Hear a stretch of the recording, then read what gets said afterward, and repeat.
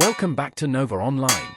In the last devlog we got a lot done, like an inventory system, a mining system, a currency system, and more. Today, I've got big plans.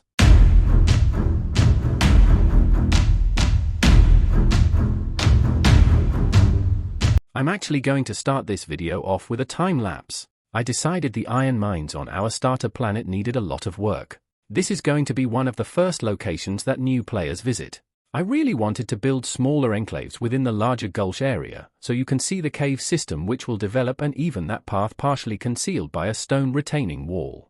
I also realize I never explained my reasoning for the colors of the planet last video.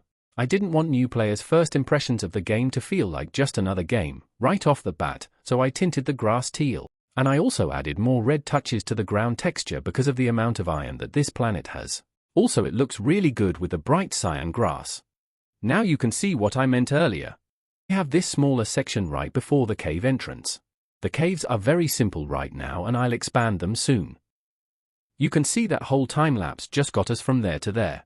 I also wanted to add a sign saying that this is the entrance to the Iron Gulch to give new players more direction. Also, it helps players feel more at home because it's kind of like a zone in a simulator. Now I've done a lot of terrain work, and that's all prep for our next step. You can see I've added these mountains here, which will be a border, and then also the bridge between the custom terrain and the auto-generated terrain. I need the generated terrain, even though it won't be accessible, to make it feel like a vast planet. And who knows, over time it may slowly become accessible. And now you can see the start of the spaceport, which again, is where players ultimately want to end up, so they can get off the planet.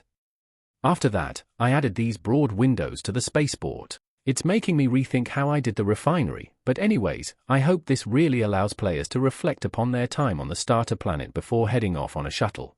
And there will be reasons for them to come back here, don't worry. I'm back, and we have the next iteration of the spaceport. It's small, only 2 docking bays, but this is a small mining colony. Just like a real-life airport, I've got plenty of seats set up. Also, that little board is my favorite part of the build. Docking Bay 1 is used for the shuttle, and this other bay is for private spaceships.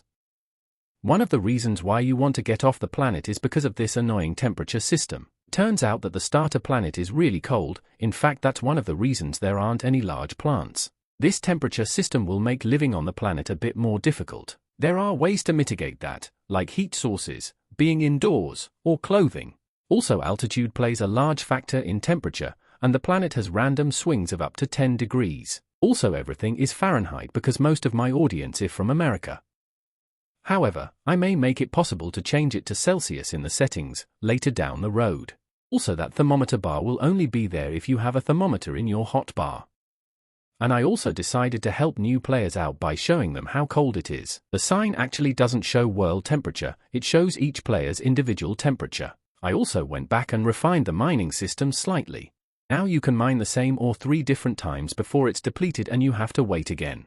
It varies between ores.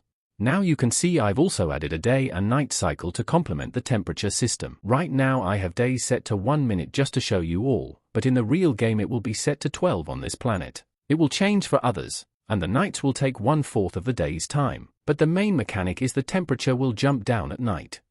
And to finish this devlog off, I wanted to add a meteor impact crater here. You can see I'm really trying to tell a story with that layer of permafrost, preventing anything but grasses from growing here. Thank you so much for watching. Please like, subscribe, and leave suggestions down in the comments.